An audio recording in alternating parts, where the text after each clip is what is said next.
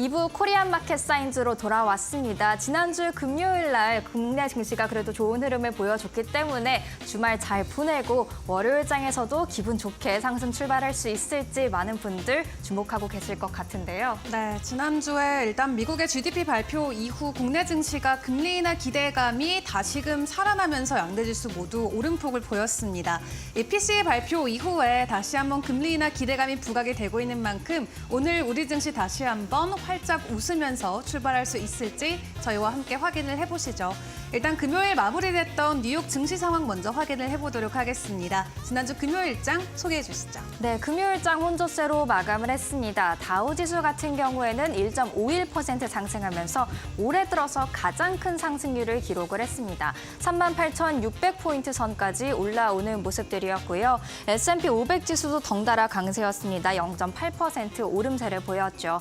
다만 대형 기술주가 살짝은 흔들리고 또 엔비디아도 하락을 하면서 나스닥 지수는 약보합권에서 마감을 했습니다. 이렇게 금요일장 간략하게 정리를 해보고요. 지난주 어땠는지 주간 기준도 한번 체크를 해보도록 하겠습니다. 일단 지난주 초반에는 내내 좀 부진한 흐름들이 이어졌었습니다. 국채금리 상승으로 인해서 시장이 압박을 받는 듯한 모습들이 나왔었죠. 그래서 금요일장 반등이 있기 전까지 3대 주요 지수 대체로 하방 압력을 받았고요. 이에 따라서 주간 기준 수익률도 마이너스를 기록했습니다. 다우지수는 0.98% 하락을 기록했고요. S&P와 나스닥은 각각 0.51% 그리고 1.1% 하락하면서 6주 만에 상승해서 하락으로 주간 기준 전환하는 모습들 나타났습니다. 다우존스 지수 같은 경우에는 2주 연속 하락세를 기록을 했습니다. 다만 이렇게 주간 기준으로는 하락을 했지만 그래도 5월은 꽤 견조한 흐름을 나타냈습니다. 다우지수와 S&P 500 지수 각각 2% 그리고 4% 넘게 올랐고요. 나스닥 지수는 엔비디아 강세 덕분에 6.88% 강한 상승률로 5월을 마무리 지었습니다. 나스닥이 좋았던 것에서 알 수 있듯이 5월은 엔비디아의 달이었다라고 해도 과언이 아닐 것 같죠. 섹터별로도 한번 체크를 해보도록 하죠. AI와 엮여있는 부분들이 잘 나갔다라는 것을 알 수가 있는데요. 엔비디아 덕분에 테크놀로지 기술 섹터 9.41% 강세를 보였고요.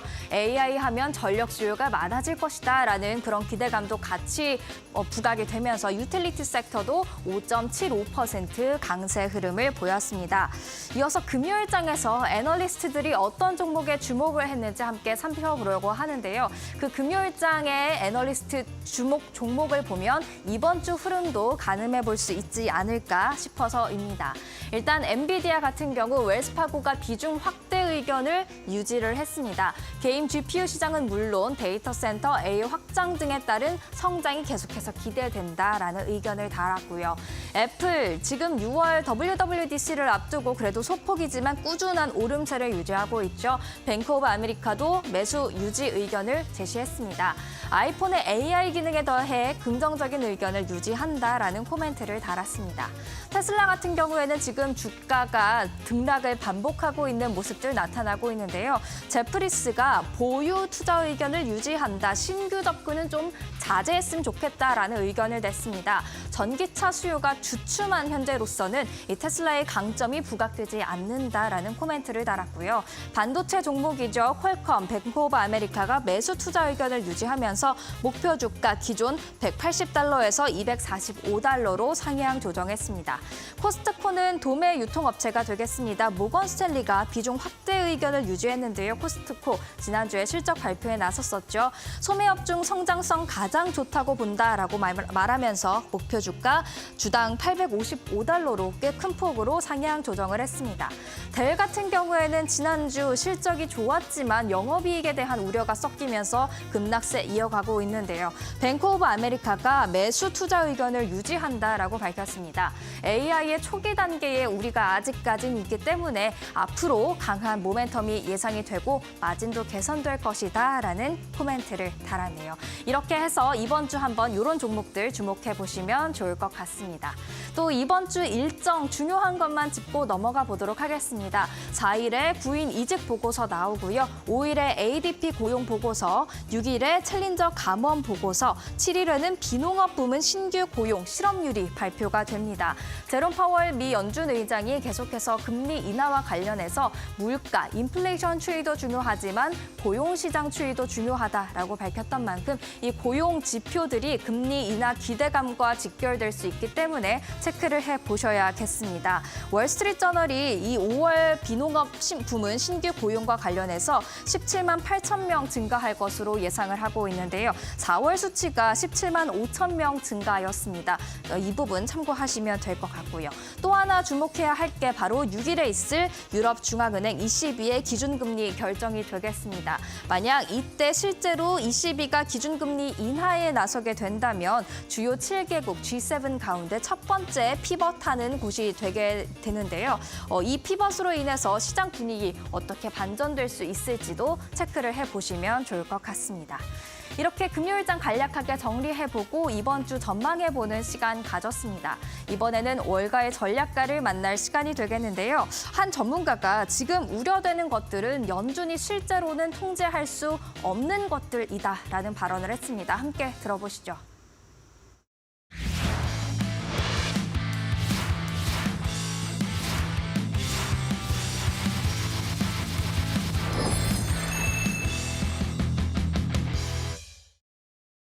What you're seeing yesterday and today is the risks of concentration and broad equity leadership. And so what I mean by that is tech stocks, the IT sectors, the S&P 500, they were down over 2% yesterday, despite and the S&P was down 70 bips. And so they dragged the whole sector, the whole S&P 500 down because 9 of the 11 sectors were actually up. And today, something similar is happening, where you've got IT sector now down again about 2%, but you've got about half the sectors positive, which is why these non-tech sectors are doing well, which is why you're seeing the Dow positive. On the one side, the NASDAQ is down the most. In between, you've got the S&P. I think the great concern that we have, perhaps the market's showing that today, is whether the Fed is even driving the bus. One of the things that was interesting this week is that you had 2 Treasury auctions, Tuesday and Wednesday, where demand was less than expected, and it drove a bit of a spike in the Treasury yields. So that could be concern about this really large federal debt that we're running, over 100% of GDP, and the interest rate servicing is now one of the largest elements of the annual budget. So these are concerns that the Fed just really doesn't control.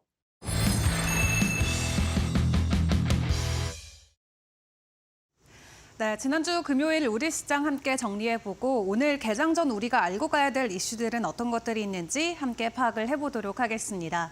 네, 지난주 금요일 우리 증시에서는 미국의 GDP 발표 수치를 소화하면서 긍정적인 흐름을 보였습니다. 기관들의 매수에 힘입어서 코스피가 장 초반에는 1% 가까이 급등을 하다가 외인들이 1조 3천억 원 가까이 매도세를 내놓자 결국 0.04% 소폭으로 오름세를 보이며 마무리를 지었고요. 다만 코스닥은 외인들의 강한 매수세에 힘입어서 끝까지 상승부를 지켜주며 0.9% 오름세를 보였습니다.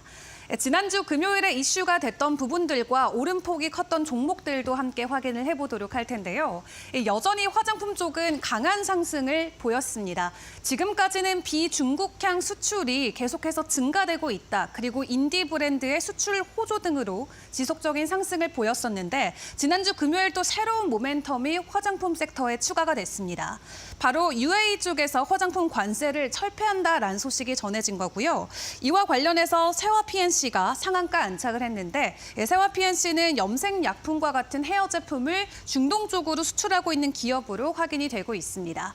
또 여기에 추가적으로 뷰티스킨도 13%, 한국콜마도 8.9% 오르면서 관련주들이 대거 다시 한번 52주 신고가 경신에 나서는 하루였습니다.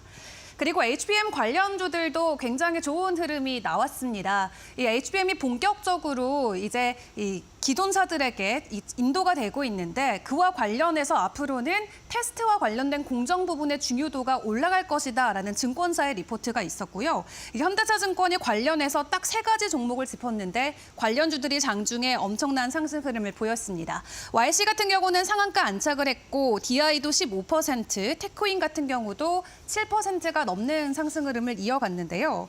지금 YC 같은 경우는 세계 최고 수준의 테스트 기술력을 가지고 있는 기업이고 이제 올 하반기부터는 국내 고객사로 HBM용 검사 장비를 납품할 것으로 기대감이 나오고 있습니다.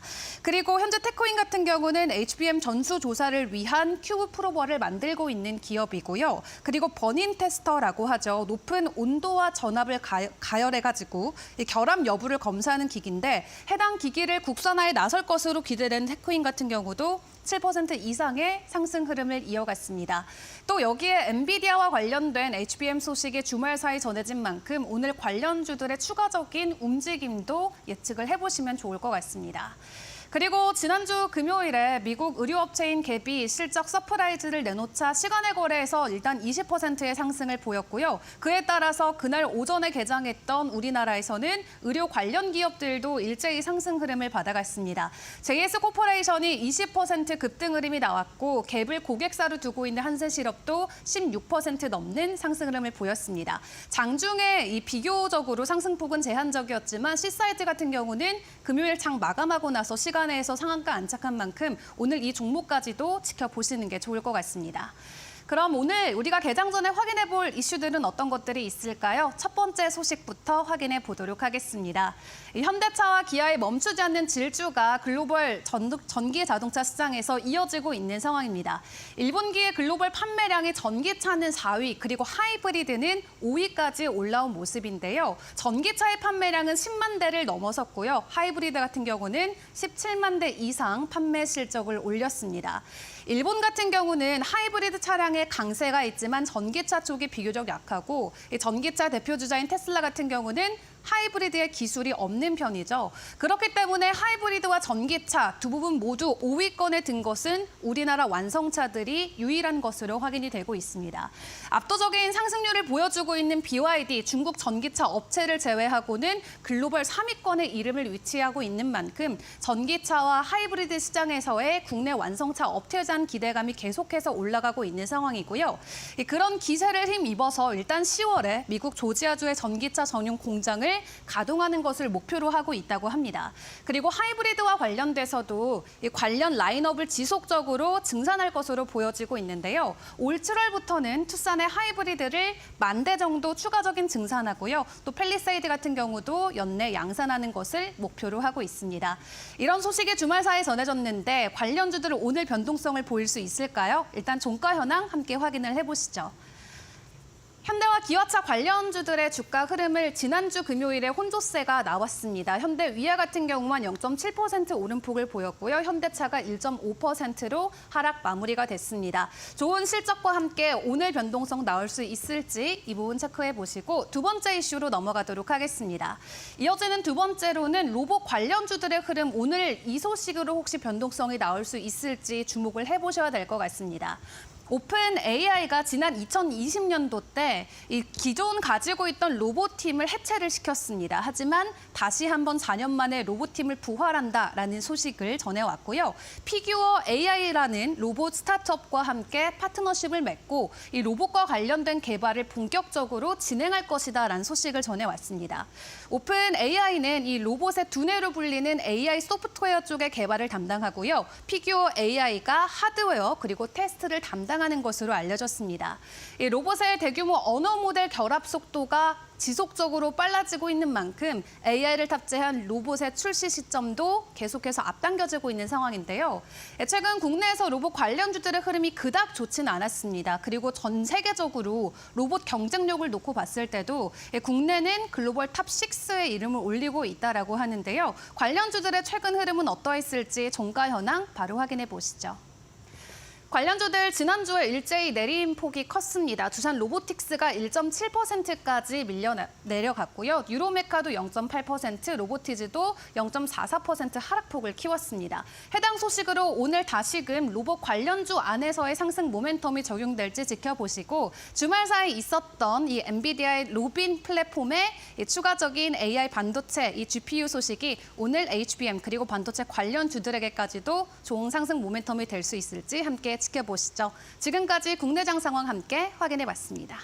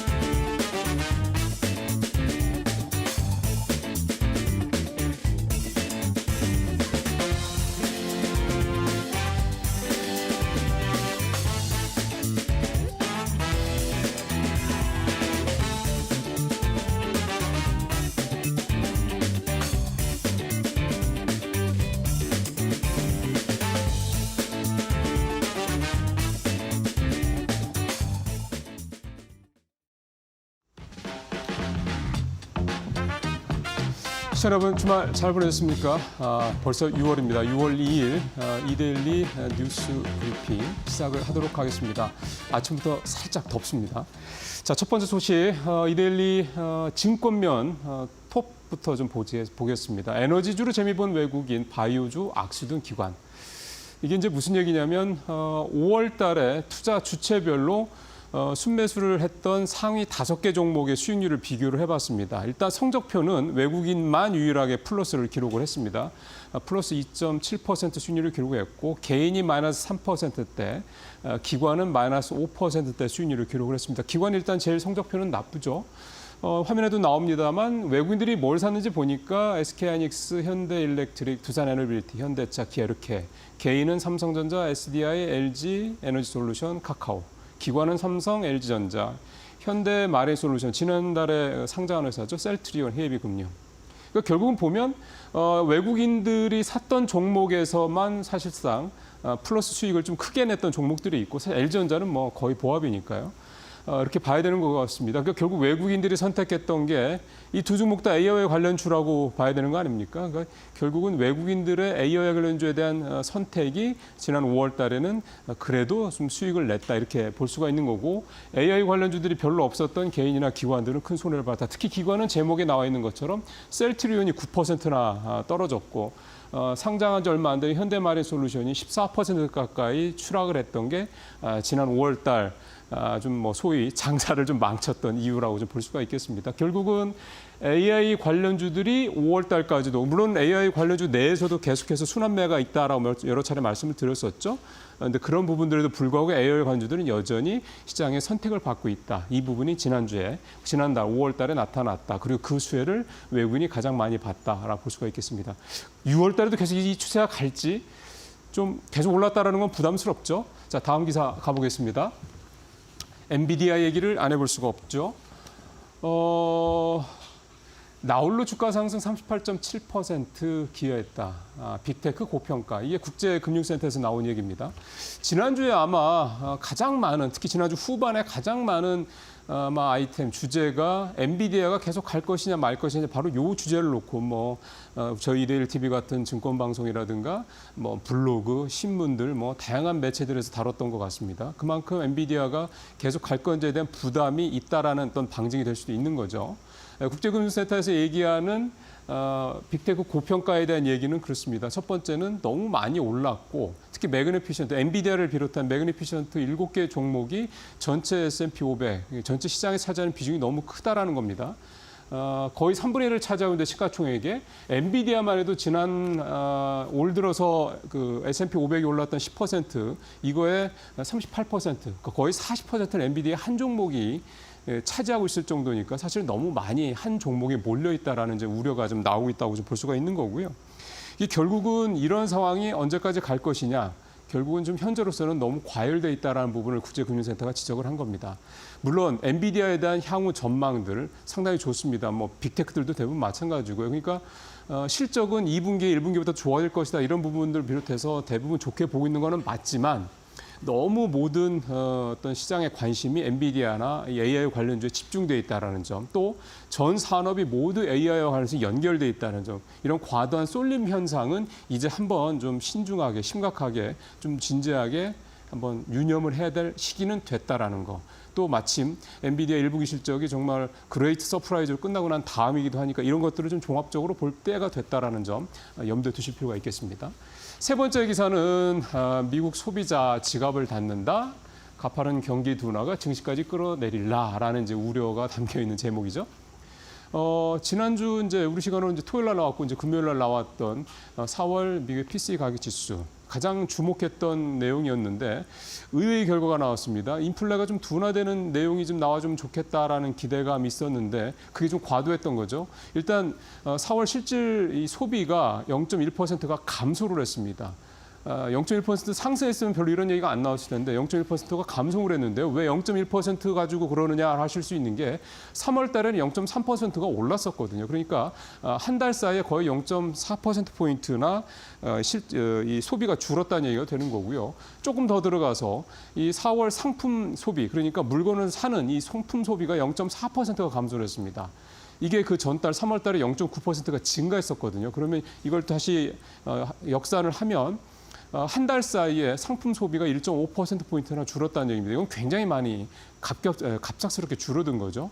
그러니까 어느 정도 소비가 줄어들어서 인플레에 대한 압력이 좀 줄어들었으면 좋겠다고 기대를 했던 게 너무 갑자기 소비가 줄어드니까 이거 뭐야 하고 덜컥 이제 겁이 나고 있다 이런 얘기가 되는 거죠. 또 1월 달 1분기 미국의 이제 GDP 잠정치가 나왔는데 1.4% 성장한 걸로 나왔습니다. 아시는 것처럼 속보치 1.6% 성장을 했거든요. 역시 이것도 불과 한 달 사이 0.3%포인트가 줄었는데 결국 이게 줄어든 것도 소비 때문인 거죠.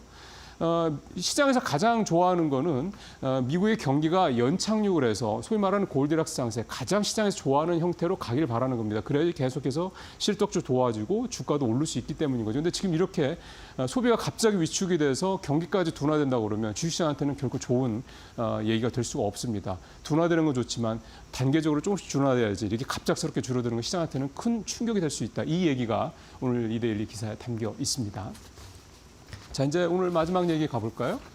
2038년까지 앞으로 이제 14년 남았죠. 우리나라가 이제 어떻게 국내에 쓰는 전력을 이제 수급을 할 거냐, 만들어낼 거냐, 이거에 대한 장기 계획이 나왔습니다. 11차 전력 수급 기본 계획이라고 하는데요. 핵심은 이겁니다. 앞으로 2038년까지 우리나라에서 필요한 전기가 16.7기가와트인데 여기 이 16.7기가와트 중에 10.6기가와트, 그러니까 사실은 3분의 2 이상이 새로 전기를 만들어내야 된다. 그만큼 앞으로 대한민국이 전력을 굉장히 많이 쓸 수밖에 없는 구조로 가고 있다. 이 얘기가 됩니다. 뭐 미국발 AI 붐 이런 것들이 비단 미국만이 아니라 우리나라에서도 계속해서 이제 나올 수밖에 없다. 이런 얘기가 되는 거고요. 그러면 가장 중요한 건 이 전기를 어떻게 만들어낼 거냐 이거겠죠. 지금 표에서도 나옵니다만 두 가지가 가장 크게 눈에 띕니다. 하나는 신재생에너지, 또 하나는 원전입니다. 여기서는 제일 왼쪽에 약간 오렌지 색깔이 원전이고요. 그다음에 제일 오른쪽에가 그다음에 연두색이죠. 그 다음 거 연두색이 신재생에너지, 두 가지만 보시면 되는 건데 현재 원전이 전체 그 발전 비중이 30%거든요. 이걸 36%로 늘리고 이를 위해서 원전을 3개, 그다음에 SMR 소형 원전 1개, 그래서 모두 4개의 새로운 원전을 짓겠다는 게 정부의 생각입니다. 또 신재생 에너지는 현재 9%밖에는 안 됩니다. 이게 빨리 안 들거든요. 근데 이거를 2038년까지 33% 수준으로 늘리겠다는 거니까 신재생 에너지에 어쨌든 가장 큰 관심이 몰려 있고 가장 집중을 하겠지만 원전도 이제 발전 비중을 늘리겠다 이 얘기가 됩니다. 자, 이 얘기는 이렇게 볼 수가 있습니다. 앞서도 이제 전력기기 얘기를 했습니다만은 북미발 AI 붐 때문에 우리나라 전력기기, 송배전 관련 업체들 전선주도 굉장히 주가 많이 올랐죠. 실적도 실제로 좋아졌고요. 근데 이제 수요가 북미나 유럽 쪽만뿐만이 아니라 국내에서도 앞으로 2038년까지 14년 동안은 계속해서 나온다라는 얘기가 되는 겁니다. 결국은 이 전력 관련 국내 기업들의 향후에도 이 실적에 대한 전망은 그만큼 밝게 볼 수 있다.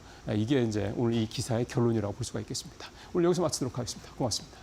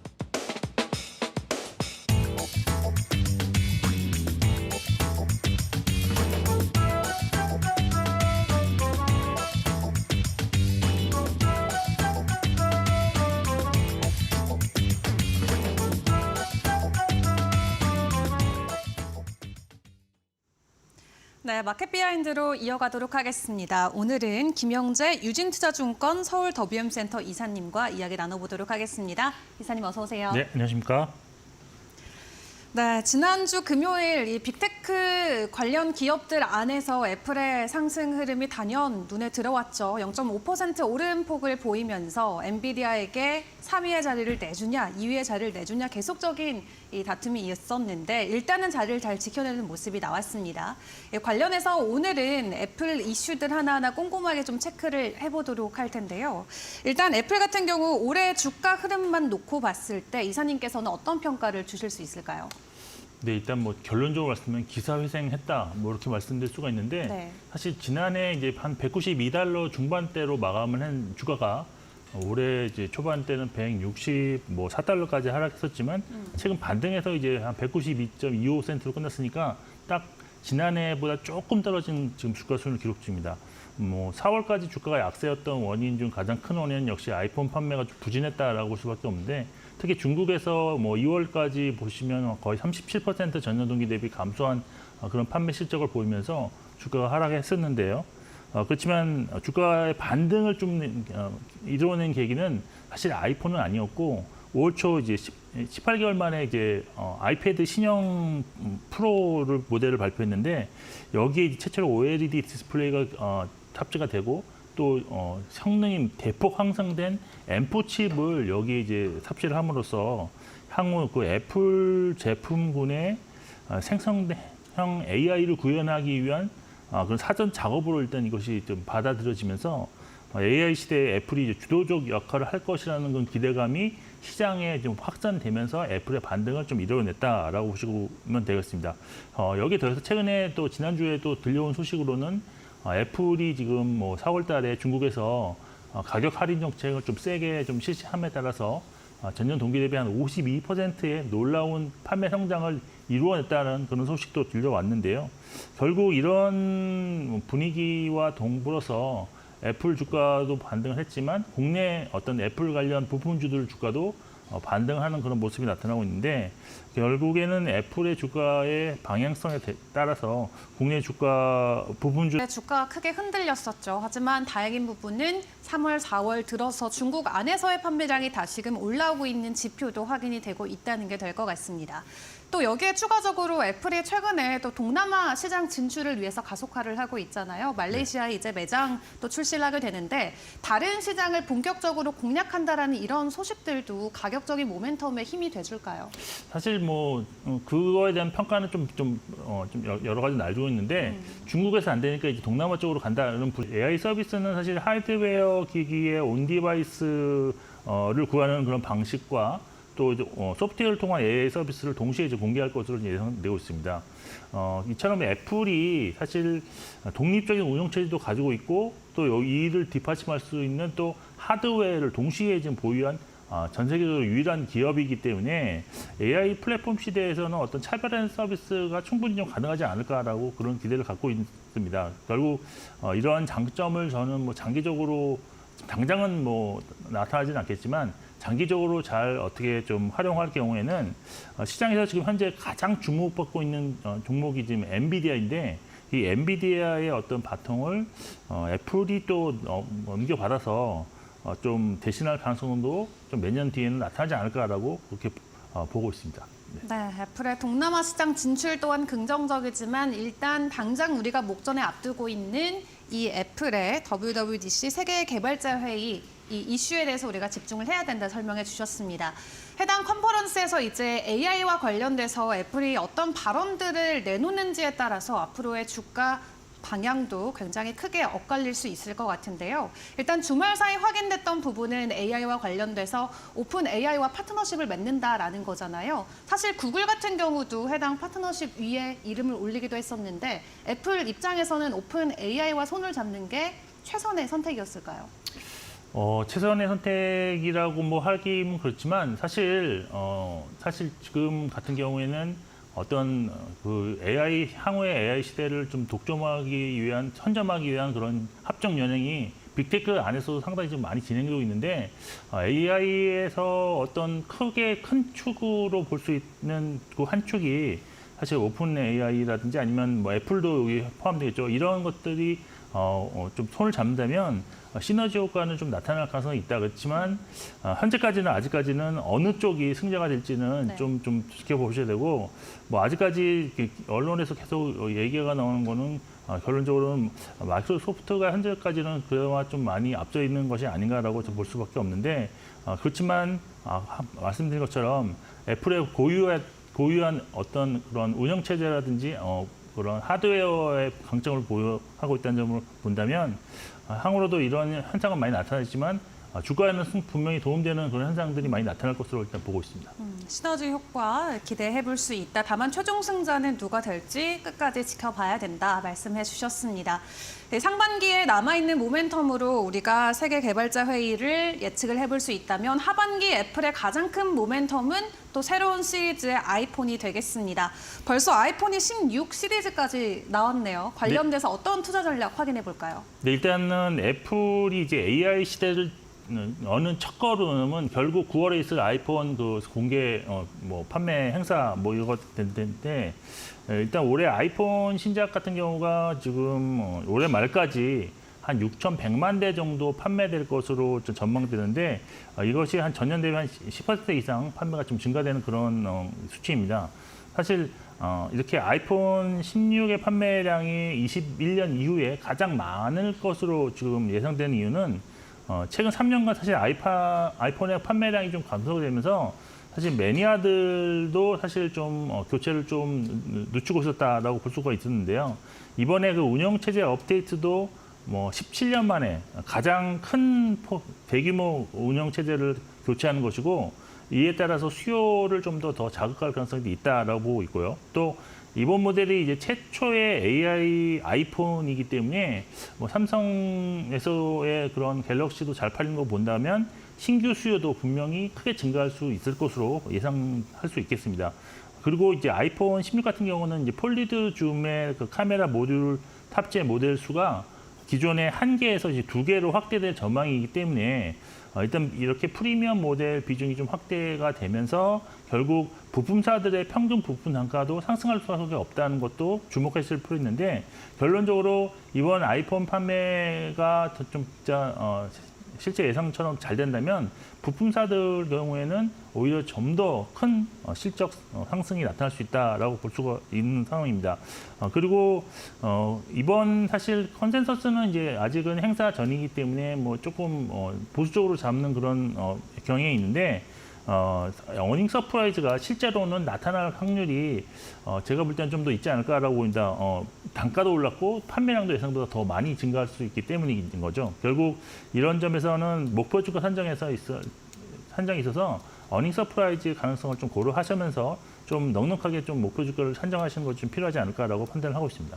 네, AI 교체 수요와 맞물려서 결과적으로 올해 새롭게 출시되는 아이폰 16 시리즈 기존보다도 10% 이상의 매출량이 나올 수 있다 설명해 주셨습니다.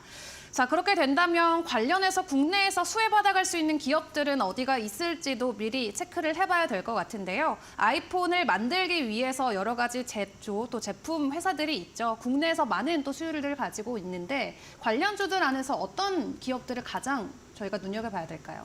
네, 사실 아이폰이라든지 애플에 공급사로 들어가기 위해서는 상당히 테스트를 깐깐하게 거치고 또 채택된다면 어떤 이익률을 좀 보장해주는 그런 거기 때문에 상당히 기업의 어떤 주가라 측면이지 실적 측면에서 상당히 도움이 된다라고 보실 수 있는데 일단 뭐 다들 아시다시피 몇 가지 종목이 있습니다. 그래서 저는 한 3종목 정도를 관심 종목으로 선정해 볼 수 있다고 보는데 첫 번째는 이제 LG 이노텍입니다. 뭐 LG 이노텍은 사실 매출의 80% 정도가 애플 향으로 좀 발생하고 있는 상황이기 때문에 애플에 가장 특화된 국내 부품 업체다라고 보시면 될 것 같은데요.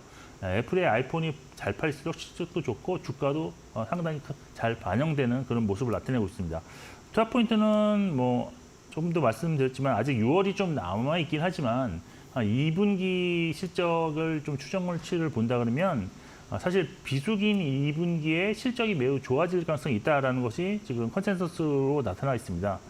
이번 2분기 경우에는 사실 카메라 모듈이 예상보다 지금 양호하게 좀 진행되고 있다라고 보시면 될 것 같고 또 포토마스크 또한 고객사의 패널 출하량 증가에 따라서 수요 확대가 좀 진행 중이다라고 보시면 되겠습니다. 그래서 컨센서스를 한 20% 이상 상회한 한 900억 대의 영업이익이 가능하지 않을까라고 좀 보고 있는 중이고요.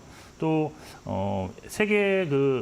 애플의 세계 개발자 회의 이후에 아이폰 판매 전망이 상향 조정될 가능성이 좀 많다는 것이 지금 의견이 지배적인데 결국 이런 상황에서는 실적 추정치도 현재보다는 좀 더 올라갈 수 있다는 점도 투자 포인트가 되겠습니다. 그리고 마지막으로 주가가 지금 최근 한 달 사이에 뭐 거의 바닥에서 38% 급반등하는 그런 모습을 보였는데 현재 주가 수준을 반영한 그런 PER 밸류에이션을 좀 보면은 아직도 한 7배 중반밖에 되지는 않는 상황입니다. 그래서 아직 여기서 뭐 고점을 노린다는 그런 시기는 아직 아닌 거고요. 결국 주가는 아직은 부담스러워지지 아니다라는 결론을 낼 수 있습니다. 그래서 추가 상승 여력을 좀 고려하시면서 좀 투자 포인트를 좀 살펴보실 필요가 있다라고 보고 있고요. 두 번째로는 BH인데요. BH는 연성회로 기판인 FPCB 국내 제조 1위 업체로서 주요 고객사가 이제 특이하게도 삼성과 애플입니다.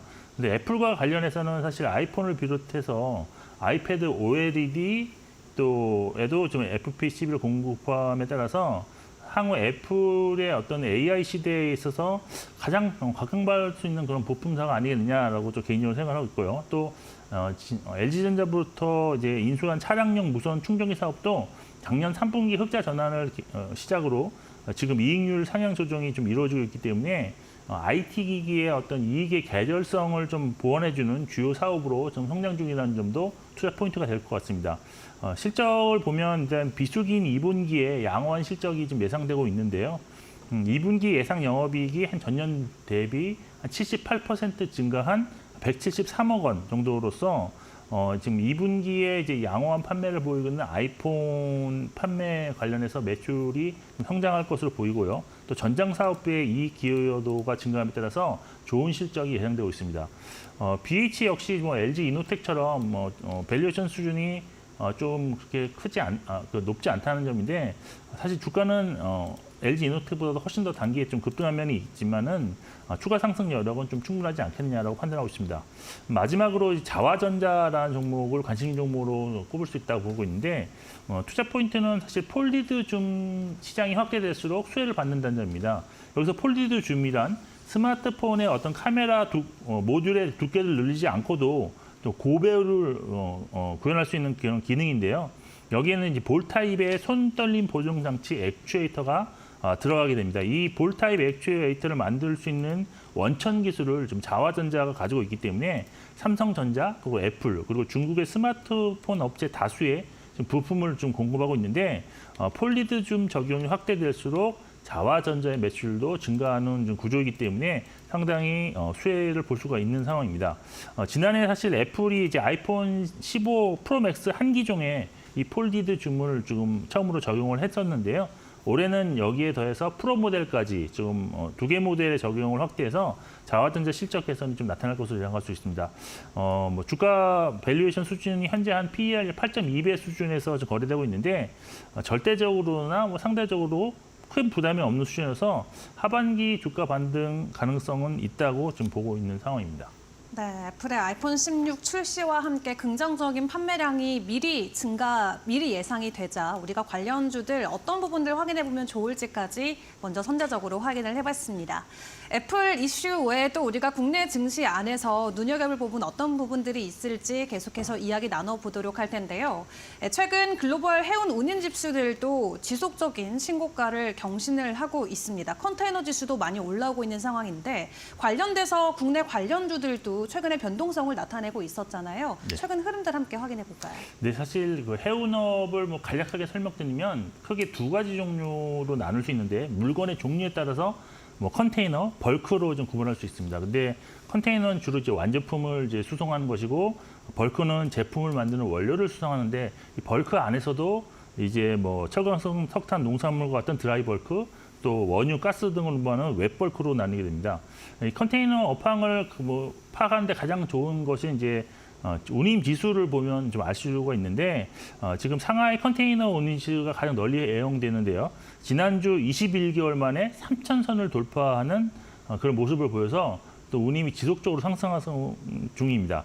벌크는 또 발틱 드라이 인덱스, 즉 BDI를 통해서 알 수 있는데 현재 BDI는 한 1,790선으로서 지난해 12월 3,300선이었죠. 돌파를 했었는데 그 이후 또 급락을 해서 1,300선까지 내려왔다가 다시 1,700선까지 반등했다. 그래서 현재 시황은 컨테이너가 훨씬 더 좋지 않나라고 볼 수밖에 없습니다. 컨테이너 운임이 지속적으로 상승하는 원인이 뭐 많이 아시겠지만 지난해 10월에 그 후티 반군이 유럽과 아시아를 연결하는 그런 홍해에서 선박들을 공격을 시작을 했는데요. 그 이후 이제 선박들이 지속적으로 공격을 받자 이제 선박들이 아프리카 희망봉으로 이제 우회하는 아주 먼 그런 길로 항로로 이제 우회를 하면서 톤마일이 좀 증가를 했고요. 또 이렇게 배들이 바다에서 떠 있는 시간이 또 더 길어짐에 따라서 선박 공급이 줄어드는 효과로 운임이 상승하고 있는 상황입니다. 뭐 아직까지 홍해 사태가 해결될 만한 조짐은 없다고 볼 수 있겠고요. 또 해결되더라도 현재 변경된 항로를 바로 쉽게 변경하기는 좀 어렵다라고 보여서 하반기에도 운임 상승은 조금 더 이어진다라고 보고 있는 상황입니다. BDI는 사실 중국 부양책 기대감에 작년에 좀 큰 상승을 보였던 것인데요. 근데 부양책 기대감이 꺼지면서 다시 하락했고 또 그렇지만 최근 홍해 사태로 인한 그런 컨테이너 운임 지수가 상승함에 따라서 동반해서 조금 상승하는 모습도 보이고 있어서 좀 아직은 좀 지켜봐야 되지만 아직까지 하반기 전망은 불확실성이 좀 있다라고 보시면 될 것입니다.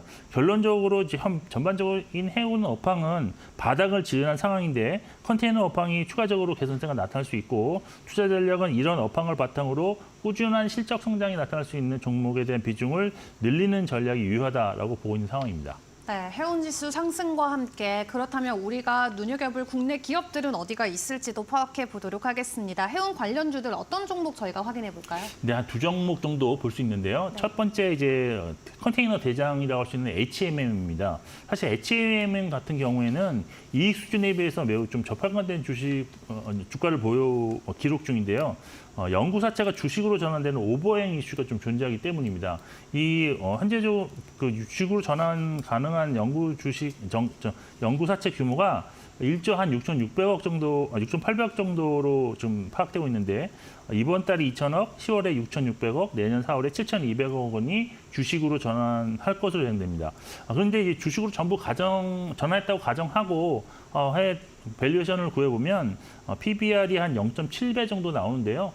글로벌 동종업체 평균 PBR인 0.9배 대비도 저평가되었다고 볼 수밖에 없습니다. 그래서 지금 현재 이런 걸 감안해도 좀 저평가되었다라고 보시면 될 것 같고요. 또 컨테이너미 추가적으로 상승에 따라서 실적 전망치가 또 더 상향 조정될 가능성이 있습니다. 그래서 이런 점을 참고하시는데 리스크 요인은 일단 이 홍해 사태 관련한 컨테이너 운임이 지속적으로 상승한 것은 아니고 그리고 내년에는 공급이 크게 증가할 가능성이 있기 때문에 중장기보다는 좀 단기적인 관점으로 접근해야 된다고 보고 있고, 그리고 대한해운 짧게 말씀드리면 대한해운은 벌크 선사이긴 하지만 스팟 비중보다는 정기선 비중이 좀 높아서 안정적인 수익 창출이 좀 가능합니다. 그래서 그리고 여기에 최근 보유하고 있던 유조선 4척을 6,300억 원에 매각한다는 그런 공시를 했는데 이에 예상되는 유형자산 평가이익이 2,697억 원 근데 정도 됐는데 이것을 순차적으로 인식하게 됩니다. 이것이 일회성 이익이지만 그 규모가 지금 시가총액의 34%에 해당되는 대규모 금액이기 때문에 주가에는 좀 긍정적으로 영향을 주고 있고 지난 금요일에도 한 15% 급등하는 모습인데 일단 실적 기준으로 본다도 한 PER로 한 3배 정도밖에 안 되기 때문에 이런 매력은 지속적으로 부각할 가능성이 있어서 좀 트레이딩 관점에서는 충분히 접근 가능한 종목이다라고 판단을 하고 있습니다. 네, 좋습니다. 바닥을 다지고 다시 올라오고 있는 애플 수혜주들 그리고 해운 수혜주들까지 함께 파악을 해봤습니다. 오늘 도움 말씀 여기까지 함께하겠습니다. 수고하셨습니다. 네.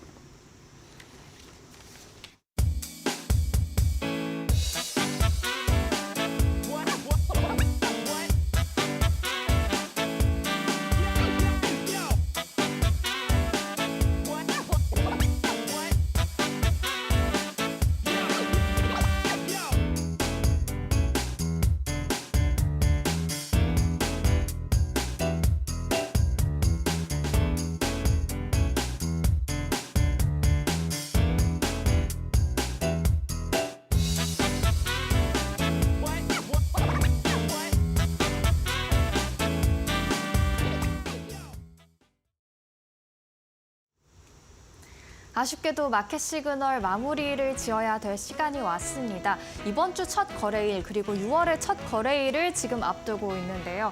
좋은 훈풍을 계속해서 이어나갈 수 있을지 많은 주말 사이 나왔던 많은 이슈들 잘 소화해낼지 주목이 될 것 같습니다. 네, 그렇습니다. 오늘 긍정적인 흐름을 이어간다면 6월 한 달 동안도 우리가 굉장히 힘을 얻어서 출발을 해볼 수 있을 것 같은데요. 구체적인 개장 상황과 전략들 계속해서 이데일리 TV와 함께 확인해 보시길 바라겠습니다. 그럼 저희는 오늘 준비한 소식 여기서 마무리 짓고요. 내일 같은 시간에 다시 찾아뵙고 인사드리도록 하겠습니다. 오늘도 함께해 주신 여러분 고맙습니다.